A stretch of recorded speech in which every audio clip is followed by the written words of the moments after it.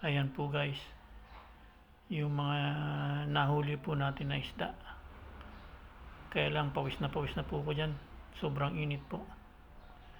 Ayan, medyo malalaki rin po siya. Talakitok. Tapos meron yata isang snapper na nahuli. So marami-rami rin po yan.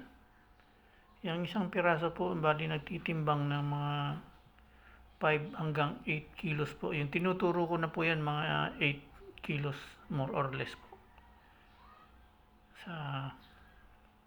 Kaya marami-rami rin po na pang-ihaw, pwedeng kilawin, pwedeng lagyan ng kamatis, sabawan.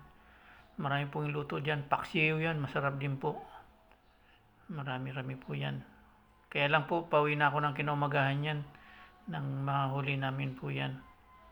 So, marami pong salamat sa panonood yun ng video ni biyahe ni Maestro. Sobrang thank you po sa mga suporta nyo. So, mabuhay po tayong lahat sa mundo ng Reels. Ayan. Thank you for watching.